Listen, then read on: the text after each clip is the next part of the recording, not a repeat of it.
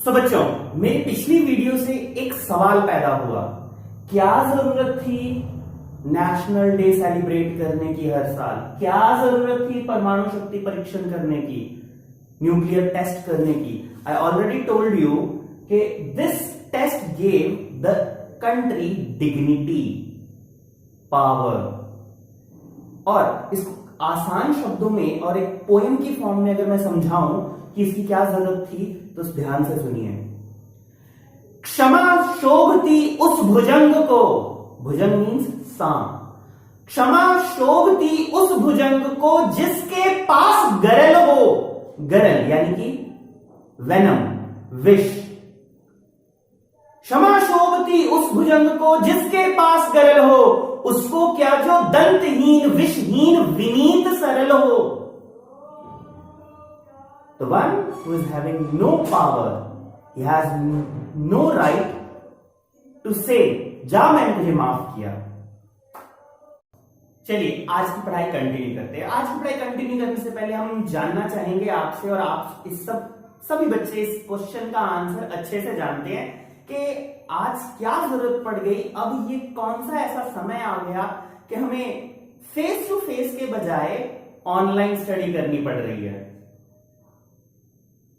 बिल्कुल सही भाई, ये कोरोना काल है। कोरोना काल में मीन्स एक डिजीज के से बचने के लिए हम अब फेस टू फेस नहीं हो पा रहे हैं, हम ऑनलाइन स्टडी कर रहे हैं। वन ऑन वन कम्युनिकेशन जो क्लासरूम में होता था, अब वो मोबाइल पे सिमट गया है, इंटरनेट के थ्रू सिमट गया है। सो हम बच रहे हैं डिजीज से, डिजीज से बचने की कोशिश कर रहे हैं। और सामवेद, हमारे ऋषि मुनियों की लिखी वेद क्या कहती है? The one who keeps cleanliness keeps disease away. और हम क्लीनलीनेस किस तरह रख रहे हैं? हाथ को हर कुछ समय के बाद, कोई भी काम करने के बाद या करने से पहले वॉश करके या सैनिटाइज करके, साबुन से अच्छे से वॉश करके, ताकि हम डिजीज फ्री लाइफ जिए। तो आज जो हम टॉपिक पढ़ रहे हैं, चैप्टर पढ़ रहे हैं, उसका भी बेसिस यही है, उसका कंटेंट यही है, let's be clean and healthy. So unhygienic conditions जो हैं वो हमें डिजीज कॉज करती हैं, यानी कि वो अनहाइजीनिक कंडीशंस हमारे सराउंडिंग से पहले आती हैं। ठीक है, आसपास गंदगी फैली हुई है। ठीक है, जब हम अपना परिवेश साफ करेंगे तो बाहर से घर के अंदर गंदगी नहीं आएगी, पैथोजेंस यानी डिजीज कॉजिंग माइक्रो ऑर्गेनिजम्स अंदर नहीं आएंगे, डिजीज कॉजिंग एलिमेंट्स, वो चीजें जो डिजीज कॉज करती हैं उनसे हम दूर रहेंगे। तो सबसे पहला टॉपिक जो हमने पढ़ना है, that is keeping our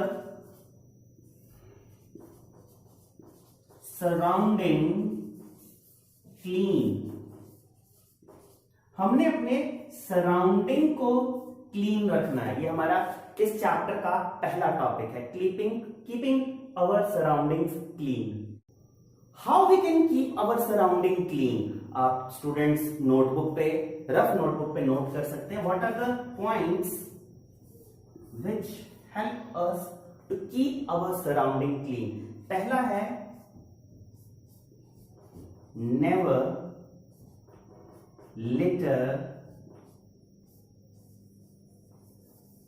never litre, कभी भी गंदगी को मत फैलाओ। आप सड़क पर जा रहे हैं, केले का छिलका कहां फेंकेंगे? केला खाया, फेंक दिया छिलका, वो नहीं करना, गंदगी को फैलाना नहीं है। क्लासरूम में नोटबुक के पेज फाड़े और इधर उधर फेंक दिए, no, we have a proper place for it, that is dustbin. ठीक है, इसके बाद आता है reuse and recycle. Reuse and recycle. चीजों को बार बार इस्तेमाल करो और रिसाइकल करो, चीजों को बार बार इस्तेमाल करो। फॉर एग्जाम्पल, आप प्लास्टिक की बोतल में कोई ड्रिंक मार्केट से खरीद के लेके आते हैं, पी जाते हैं, उस बॉटल को फेंक देते हैं। आप उसे घर में रीयूज कर सकते हो। किस पर्पस के लिए? दोबारा से उसमें कुछ लिक्विड फिल कर लो और पीने के लिए यूज कर लो। कुछ कुछ लोगों को मैंने देखा है वो पॉट बना लेते हैं, वाटर बॉटल को कट करके उसे फ्लावर पॉट बना लेते हैं। रिसाइकल यानी कि जो मटेरियल एक बार यूज हो गया उसको कन्वर्ट करके किसी और चीज में कन्वर्ट कर लेना जो कि यूजफुल हो, that is recycle. For example, घर में आपके लोहे का मटेरियल पड़ा है और वेस्ट है, नॉट इन यूज, तो आप उसे कबाड़ी वाले को देते हो, कबाड़ वाला उसे आगे फैक्ट्रीज में भेज देता है, वहां पे उसे पिघला कर दोबारा से लोहा बना लिया जाता है, दैट इज रिसाइकल। इस रीयूज और रिसाइकल से भी ज्यादा इंपॉर्टेंट जो है वो है रिड्यूस करना। क्या रिड्यूस करना है? अपनी नीड्स को, अपनी डिमांड्स को रिड्यूस करना है। जिद नहीं करनी है बच्चों किसी खिलौने के लिए, प्लास्टिक के बने खिलौने के लिए। रिड्यूस मतलब कम से कम इस्तेमाल करो, जितनी जरूरत है सिर्फ उतना ही इस्तेमाल करो। ट्राई टू अवॉइड जब तक वो एकदम नेसेसरी ना हो जाए कि उसके बगैर रहा नहीं जा सकता। इसका एग्जाम्पल है हमारे फॉरेस्ट। सो फॉरेस्ट में ट्रीज को हम कट करते हैं ताकि हम कोई फर्नीचर बना सके। तो क्या वो फर्नीचर हमारे लिए नेसेसरी है? बड़ा अच्छा एग्जाम्पल हम जापान का लेते हैं कि जापान में हर रोज 1 2 3 4 पता नहीं कितने सारे भूकंप आते हैं, रोज भूकंप आते हैं, कईयों के घर टूटते हैं। सो उनके घरों में अगर हम विजिट करें तो वहां पे फर्नीचर्स मिनिमम ना के बराबर फर्नीचर्स होते हैं, फर्नीचर है ना के बराबर। गेस्ट भी जमीन पर बैठते हैं, जमीन पे सिर्फ एक टेबल होता है, सोफा फैसिलिटी वो नहीं रखते कि पता है दोबारा भूकंप आना है, टूट भी सकता है। दे डू नॉट, यानी कि सोफे के बगैर काम चल रहा है। Reduce the use of unnecessary things. Next, जब कभी भी हम रिड्यूस करेंगे, रिसाइकल करेंगे, रीयूज करेंगे, कहीं ना कहीं at the end waste produce होगा। Now the next task is to differentiate the waste.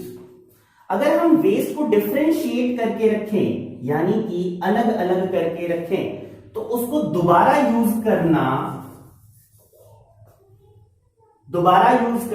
और रिसाइकल करना आसान हो जाता है। मेडिकल वेस्ट को अलग रखो, बायोडिग्रेडेबल वेस्ट यानी कि जो सॉइल में कंपोस्ट बनाने के काम आ सकता है उसे अलग रखो, मेटल के वेस्ट को अलग रखो।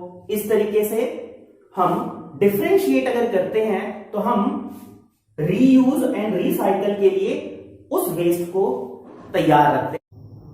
इसके बाद आता है नेक्स्ट, यूज ऑफ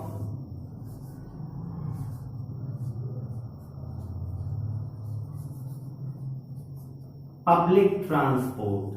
ज्यादा से ज्यादा कोशिश की जाए कि हम अपनी व्हीकल्स को कम से कम यूज करें, पब्लिक ट्रांसपोर्ट को ज्यादा से ज्यादा यूज करें। What will happen then if we use our own vehicle on the road? अगर हम सभी अपना अपना व्हीकल सड़क पर ले आए तो सड़क पे तो क्राउड ही क्राउड हो जाएगी, number 1। Number 2, they all work on fossil fuel, petrol, diesel, so it causes air pollution, that is not good। हमारे लिए जो नेचुरल रिसोर्स हैं वो वेस्ट हो रहे हैं। कैसे? एक तो पेट्रोल डीजल वेस्ट हो गया, दूसरा उन ट्रांसपोर्ट को बनाने के लिए, कार्स व्हीकल्स को बनाने के लिए ढेर सारा other resources such as metal, rubber use होता है। तो जब ये गाड़ियां हम यूज कर रहे हैं तो एक लंबे टाइम के बाद 15 से 20 साल के बाद वो खराब हो जाती है, यानी कि हर 15 से 20 साल के बाद ढेर सारा कचरा तैयार होता जा रहा है। जो ढेर सारा कचरा तैयार हुआ वो अगेन एक सिर दर्द है। चलिए अगला टॉपिक है इसी में, no to polythene.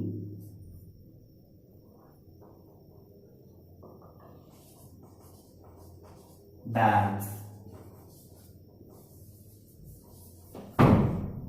No to polythene bags. जो पॉलिथीन है एक नॉन बायोडिग्रेडेबल मटेरियल है और ये हजारों साल तक धरती में बगैर खराब हुए पड़ा रह सकता है और वो बहुत से प्रॉब्लम को कॉज करता है।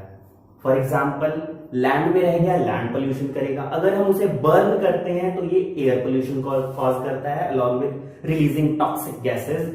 और अगर हम ये समुद्र में फेंक दें तो समुद्र के जो जानवर हैं उनके लिए खतरा है। Many of the animals die just because they have eaten polythene. Polybags उनके शरीर में चला गया और क्योंकि ये डाइजेस्ट नहीं होता है, उनका पेट हमेशा भरा रहता है लेकिन उनको कोई न्यूट्रिशन मिलता नहीं है और लैक ऑफ न्यूट्रिशन, स्टार्विंग के कारण वो मर जाते हैं। Many of the animal sea creatures वो पॉलिथीन बैग में फंस जाते हैं और वहां से निकल नहीं पाते, तड़प तड़प के मर जाते हैं। Apart from this, we should least use electrical appliances.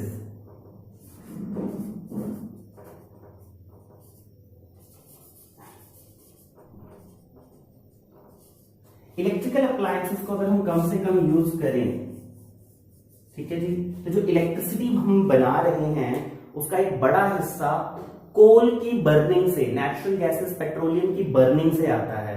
यानी अगेन हम जो इलेक्ट्रिसिटी यूज कर रहे हैं वो कहीं और पोल्यूशन कॉज कर रहा होता है। तो use less electricity and less electrical appliances. Many of the electrical appliances उनको बनाने में भी बहुत से ऐसे मटेरियल यूज होते हैं जो नो डाउट हमें सेफ रखते हैं ताकि हमें बिजली का झटका ना लगे, हमें हीट ज्यादा ना महसूस हो, बट वो अगेन नेचुरल रिसोर्सेज से आते हैं और वो धीरे धीरे खत्म हो रहे हैं। So next is stop using paper plates. Instead of using disposable, use reusable material. And जब भी आप कहीं घूमने जाएं अपने साथ अपनी पानी की बोतल खुद लेके जाएं। इधर उधर जाने पर कहीं भी नई वाटर बोतल खरीदना अवॉइड करें। आज की क्लास में सिर्फ इतना ही, बाकी हम पढ़ेंगे अगले दिन।